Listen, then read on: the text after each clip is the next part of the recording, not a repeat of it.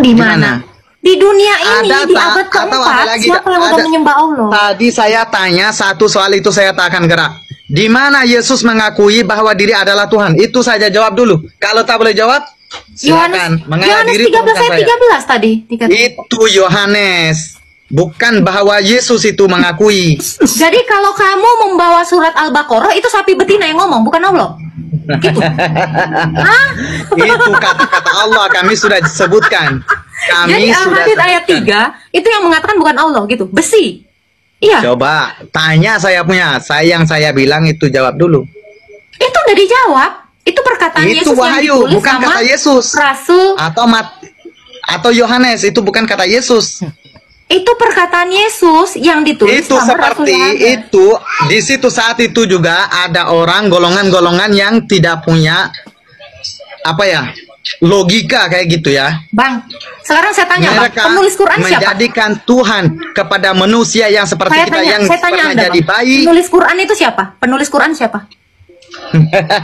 Penulis Quran. Siapa penulis Quran? Kakak mau tahu penulis Quran siapa? Siapa kalau kamu tahu? Coba. Saya bilang penulis Quran itu siapa? Lalu kakak mau bilang apa? Saya ya boleh udah, jawab. Berarti Allahmu saya confirm. Saya boleh jawab ya. Siapa penulis Saya pastikan saya boleh jawab. Iya, siapa? Kakak mau apa? Oke, kakak akan balas apa? Iya, kakak akan ambil kalah atau mau tambah tanya? Coba. Siapa penulis Quran? Jawab aja dulu. Aduh. Nggak tahu, kamu nggak tahu. Sederhana. Jawab kata saya dulu. Siapa? Siapa tulis Quran? Siapa? Googling dulu, kan? Ya, Google, berikanlah jawabanmu Google. Saya ada Alkitab juga, akidah Islamnya. Jauh, cari dulu penulis Quran siapa? Cari dulu. Penulis Quran. Nah, googling aja, Bang. Katanya gampang jawabnya. Of course lah. Siapa? Tulis Al-Quran. Dia baru nyari sekarang, Bang. Menjak dari Islam nggak pernah tahu. Bukan tak pernah tahu. Siapa? Semua sudah tahu. Kalian siapa? Ya kamu aja nggak tahu sampai detik ini kok. Gini. Di jawab, situ saat kita hari mahsyar, siapa yang tulis Quran? Siapa yang penulis Quran? Harun? Siapa yang gini? Siapa yang itu? Tak akan tanya. Cari penulis Quran siapa? Cari. Iya, beberapa orang sahabat dilantikan. Nama bang. Sahabat Juma juga ada, Bang. Namanya siapa penulis Quran? Muaz bin Jabal, Zaid bin Tasabit. Oke, sekarang saya tanya, Al-Hadid ayat 3, siapa yang nulis? Dengar dulu, masih belum habis lagi. Banyak orang di sini.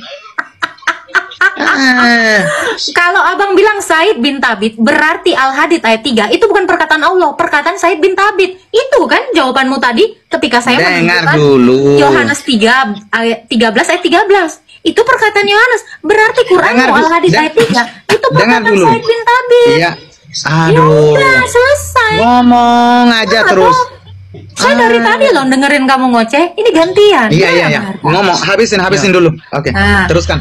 Kalau kamu bilang saya tunjukkan Yohanes 13 ayat 13, Yesus mengaku Tuhan, kau bilang itu Yohanes. Berarti Allah mau mengaku wal awalu wal akhiru itu adalah pengakuan Said bin Tabit karena penulisnya Said bin Tabit.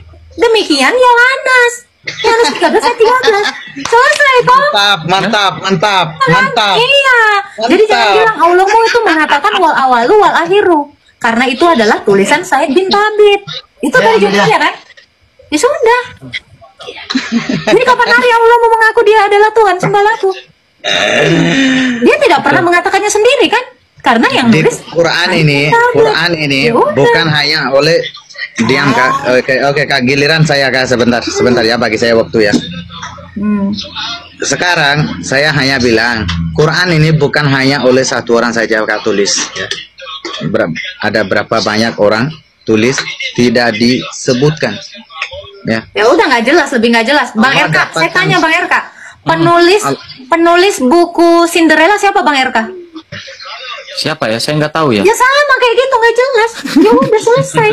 Ini masih mendingan Yohanes, Matius, Markus. Siapa yang tulis tak perlu jelas. Yang jelas orangnya, harus jelas orangnya. Mana siapa? Said bin Tabit mana lah orangnya? Harus jelas. Jelasin dulu dong. Siapa nama tadi bilang? Banyak. Siapa nama Kau tadi yang bilang? ngomong Said bin Thabit tadi, kau yang ngomong. Saya Nah, bilang itu Yazid bin Sabit. Penulisnya salah satunya saya. Oh, di situ aja tidak tahu. Mau tahu dari saya? Nggak perlu, Anda memang nggak tahu apa-apa. Anda baru Google kok. Kita mau udah tahu Nggak dari tahu mana. apa-apa. Dari tadi tidak boleh jawab. Dari mana Yesus mengakui bahwa diri 8.600 orang di sini, kita tadi nunjukin ayat nggak? Tapi dia nggak terima kan Bang RK? Tapi itu bukan dari Yesus. Bukan Yesus, Nah, dari Yesus mengakui. Wal awal wal akhiru juga bukan dari Allah. Bukan dari Yesus. Itu juga bukan dari Allah, karena Said bin Thabit yang nulis. Mau turunkan saya saja boleh? Jawab. Nah, udah lari dia, Kalian Bang. harus Udah, jawab. menyerah aja Bang RK. Lihat surah 25 ayat 30 sendiri mengatakan, katakanlah sesungguhnya Al-Quran ini tidak diacuhkan. Sudah tidak diacuhkan. Surah 25. Berarti umat muslim melakukan hal demikian karena mereka sudah lebih memilih kitab selain Al-Quran, betul? Iya, sudah jelas buktinya surah 25 ayat 30. Sesungguhnya kaumku menganggap Al-Quran ini sesuatu yang tidak diacuhkan. Betul sekali, saudara-saudara. Oke, coba kita konfirmasi dulu. Pak Daeng Taha. Daeng Taha? Halo Daeng? Halo Bang. Ya Daeng, Anda Muslim? Ya Muslim. Iya, kalau Daeng ini pasti asal usulnya sama dengan si Juma dari Makassar ini. Betul Daeng? Ya, saya dari Makassar. Oke, ini anggap saudaranya Juma. Daeng Muslim? Ya Muslim. Oke, bagaimana pendapat Daeng mengenai pendapat Hans dan juga tadi Pak Pali dan juga kawan-kawan tadi? Ini Hans ini Muslim dari Malaysia mengatakan bahwa hadis itu tak lebih daripada bohong-bohongan yang lebih dipercaya orang Islam zaman sekarang, seperti itu. Bagaimana? Masalahnya Bang, sebenarnya kalau kita mau pertanyaan ini tertuju kepada Pak Pali tadi, kan Pak Pali sudah tidak ada. Jadi bagaimana kita mau ya, ini Hans juga diskusi? sama. Pak Hans juga sama. Pak Hans mengakui bahwa hadis adalah kebohongan-kebohongan. Halo Pak Hans. Kalau kecuali kalau memang hadisnya itu. Tapi begini dulu Bang Edis.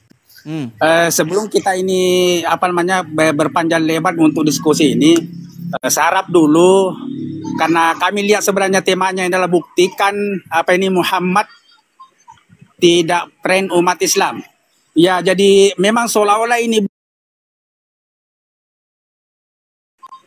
tidak friend umat. Memang seolah-olah ini salah satu contoh saya kasih misalnya temanya di situ. Muhammad adalah keselamatan atau Yesus juga keselamatan atau misalnya Yesus keselamatan, Muhammad bukan keselamatan, supaya dua persepsi ini sebenarnya bisa dibahas. Oh, boleh. Ini Oke, baik, Daeng. Begini, Daeng. Biar kita satu lawan satu begini. Oke, Pak Hans, mohon maaf Pak Hans karena Pak Daeng ini dia mau nganu yang lain. Oke, jadi saya turunkan dulu Pak ya, Pak. Saya turunkan dulu. Berarti Anda sudah takut membahas ini berarti kan? Tidak, bukan itu. Saya dulu bertanya dulu Bang, sebentar kamu bertanya. Iya, boleh. Anda bertanya sepuasnya. Nanti masalah Muhammad keselamatan, Yesus keselamatan, betul? Ya. Prank orang Islam, betul? Sebentar saya mau bahas Bang, saya mau bertanya dulu sama Abang. Saya mau bertanya dulu sekarang. Mereka ketakutan kalau ditanya itu. Apanya? Oke lah, silakan. Ini... Mereka sudah tahu kalau Muhammad ngeprank mereka. Oke, silakan. Nah, itu sebentar saya jawab, Bang. Sebentar. Saya bertanya dulu. Ini jangan sampai takut ini Bang ditanya. Silakan. Ya. Sekarang saya mau bertanya. Apakah sebenarnya keselamatan ada pada Muhammad atau pada Yesus? Saya bertanya dulu. Oke, silakan. Silakan. Jawab dulu. Ya jelas pada Yesus lah. Muhammad aja ada di kuburan gimana? Baik Bang Edi. Sekarang saya mau bertanya lagi. Bagaimana Yesus dikatakan selamat sementara Yesus meninggal, mati di kayu salib? Kan bangkit. Itu dulu pertanyaan saya nanti. Kan bangkit. Iya, tapi kan matinya ini Bang tidak selamat. Ini kan mati. Iya kan bangkit. Gimana sih? Kecuali kalau Yesus tidak bangkit-bangkit, maka saya sama sepertimu. Malang. Makanya gini, apa kata Paulus? Nih, saya bacakan ya. Iya. Nih, saya bacakan. Sabar ya, pelan-pelan nih. Bagaimana umat Kristen akan menjadi umat yang paling malang sedunia kalau Yesus itu tidak bangkit dari kematian sama seperti Muhammad? Kalian sebenarnya umat yang paling malang di dunia. Bangkit ya. Begini Pak, begini Pak. Sabar dulu, Bang. Dengarkan dulu. Sabar, saya akan mau bacakan dulu. Muhammad wajar. Saya akan mau bacakan dulu. Ya, silakan. Ya, nih. Saya bacakan misalnya di 1 Korintus 15 ya. Nih, saya bacakan. 1 Korintus 15 mengenai kebangkitan Yesus ya. Nih, saya bacakan. Dan sekarang saudara-saudara, aku mengingatkan kamu kepada Injil yang aku beritakan kepada kamu dan yang kamu terima dan yang di dalamnya kamu teguh berdiri. Oleh Injil itu kamu diselamatkan, asal kamu teguh berpegang padanya seperti yang telah kuberitakan kepadamu, kecuali kalau kamu telah sia-sia menjadi percaya. Sebab yang sangat penting telah kusampaikan kepadamu, yaitu apa yang telah kuterima sendiri ialah bahwa Kristus telah mati oleh karena dosa-dosa kita sesuai dengan kitab suci. Bahwa ia telah dikuburkan dan ia telah dibangkitkan pada hari yang ketiga sesuai dengan kitab suci. Bahwa ia telah menampakkan diri kepada Kefas dan kemudian kepada ke-12 muridnya. Sesudah itu ia menampakkan diri kepada lebih dari 500 saudara sekaligus. Kebanyakan dari mereka masih hidup sampai sekarang, tetapi beberapa di antaranya telah meninggal. Selanjutnya ia telah menampakkan diri kepada Yakobus, kemudian kepada semua rasul, dan yang paling akhir semuanya itu ia menampakkan diri juga kepadaku, sama seperti anak yang lahir sebelum waktunya, dan seterusnya. Nah, ini mengenai kebangkitan kita ya.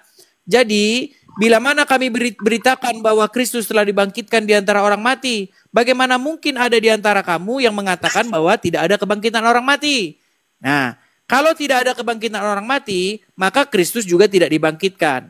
Tetapi andai kata Kristus tidak dibangkitkan, maka sia-sialah pemberitaan kami dan sia-sia jugalah kepercayaan kamu. Lebih daripada itu, kami ternyata berdusta di hadapan Allah tentang Dia yang kami katakan bahwa Ia telah membangkitkan Kristus, padahal Ia tidak membangkitkannya kalau andai kata benar bahwa orang mati tidak dibangkitkan. Sebab jika benar orang mati tidak dibangkitkan, maka Kristus juga tidak dibangkitkan. Dan jika Kristus tidak dibangkitkan, maka sia-sialah kepercayaan kamu dan kamu masih hidup dalam dosa-dosamu. Demikianlah binasa juga orang-orang yang mati dalam Kristus. Jikalau kita hanya hidup dan seterusnya ya. Nih, begini. Ya. Kalau kebangkitan Yesus itu tidak ada, maka kami ini menjadi orang yang paling malang di dunia ini. Sama seperti kalian yang mempercayai Muhammad yang memang tidak bangkit. Ya. Intinya begini, Bang. Kalau Anda mengatakan keselamatan itu ada pada Muhammad, sedangkan Muhammad berkata, kita bicara tentang kehidupan yang kekal, hidup yang kemudian, tapi mengikuti orang yang ada di kuburan. Ya ini nggak masuk akal, nggak logis. Pemurtatan merajalela, terutama di suku Aceh, Padang, Sunda, Betawi, dan Arab. Hampir setiap hari saya menerima laporan. Ada yang di Jakarta Timur, enak dia mengatakan, maaf ya ma, saya sudah Kristen. Ancaman ini luar biasa. Perhatikan mereka, kasih sayang. Murtad 9 orang, sampai saya foto-foto rumah. Ini rumahnya murtadnya, sampai saya ikut foto-foto. Saya telepon belum lama ini ke teman saya di Temanggung. Kalau tempo 9, sekarang sudah 19 yang murtad, tambah banyak. Jadi setiap minggu mereka bawa mobil ke bawah kaki Gunung Temanggung, ambil orang-orang yang sudah mereka murtadkan, dibawa ke kota Temanggung, ibadah di gereja, habis ibadah di gereja bawa pulang, diantar pulang lagi setiap minggu. Coba, itu karena kemiskinan. Kita selalu bicara fikih dan syariat, bukan bicara akidah atau tauhid. Dari mana kita mulai? Dan kenapa mereka begitu getol memurtadkan Islam? Indonesia sekarang pertumbuhan gereja tertinggi di dunia, 380% per tahun. Pemurtadan mungkin termasuk paling dahsyat di dunia. Subhanallah. Strategi ini berhasil mereka membangun, menghancurkan pola pikir. Umat Islam lupa dan lalai. Umat Islam lengah. Dulu umat Islam 99%, sekarang tinggal lebih kurang 80% umat Islam.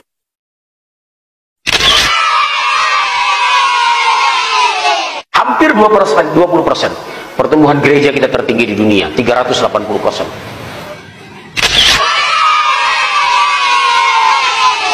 Kenapa, Bu? Fondasi akidah lemah yang disampaikan hanya syariah atau fikih, langsung di brainwash, cuci otak. Lihat anak-anak kita. Lebih kurang 22 tahun yang lalu saya masuk Jakarta. Saya bangga lihat orang Betawi. Ba'da maghrib tidak pulang dari musola, dari surau, dari masjid, membaca Al-Quran sampai Isya. Sekarang selamat tinggal.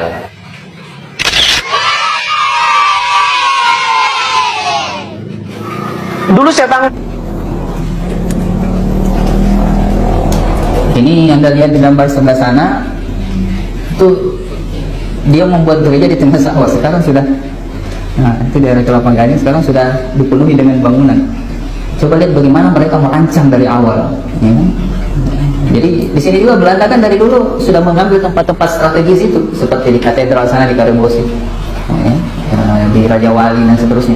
Itu sudah strategis mereka rancang. Stella Maris. Ya. Kita ini kalau bangun masjid ya masuk ke pojok pedalaman, ya, sebenarnya tidak masalah, yang penting kita tahu bahwa begitulah pola mereka. Nah, di Indonesia mayoritas dari agama besar Kristen itu ada 300 sekte di Indonesia, ya. Seluruh dunia ada 40.000 sampai 50.000 sekte. Di Indonesia memang mayoritas Protestan, Katolik itu separuh dari jumlah Protestan. Nah, pusat-pusat Katolik itu yang merah bisa dilihat. Pusat Protestan yang merah, yang agak coklat itu Katolik. Nah, itu lebih banyak yang wilayah Timur Leste, Papua bagian selatan, dan Kalimantan Barat. Nah, sisanya itu mayoritas Protestan, termasuk Tanah Toraja.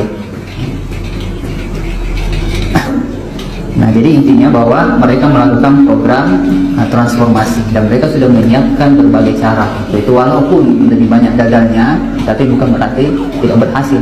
Selalu tetap ada yang berhasil mereka murtadkan, dan mereka memiliki persiapan yang cukup. Nah, nanti bisa tanya pemateri kedua, beliau mantan misionaris. Nah, definisi pemurtadan yang terjadi di Australia ini lebih getol, mereka berdakwah mengajak orang Islam masuk Kristen. Makanya pemurtadan atau kristenisasi di Indonesia itu sangat marak sekali. Tahu nggak Bapak Ibu, pemurtadan di dunia ini paling berhasil di Indonesia, yang mayoritas Muslim. Tiap tahun itu lebih 1 juta orang Islam masuk Kristen. Kita aja sini nggak trust, tapi coba datang ke Jawa Tengah, Salatiga di mana, Cirebon di mana, sampai Jawa Barat banyak sekali. Saya pernah dakwah di pedalaman Salatiga. Kenapa? Karena rupanya di kampung-kampung yang dulu 190% Muslim, sekarang jadi 75% Kristen. Kan terus pada masuk Kristen. Habis saya turun dakwah, datang orang, Pak, di kampung saya tinggal saya sendiri ya Islam, semua masuk Kristen.